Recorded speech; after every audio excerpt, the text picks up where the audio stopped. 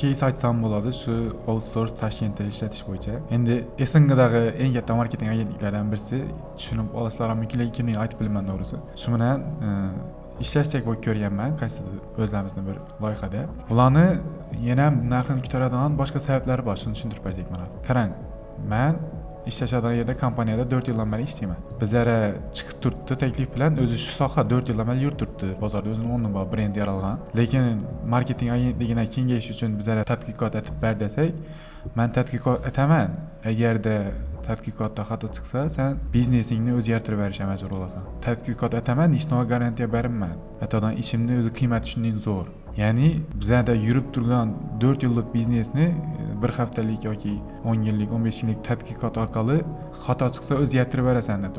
Bu yerdagi ayrim tadbirkorlar shu narsa ulardan zo'r degan ma'noni yetkazib beradi.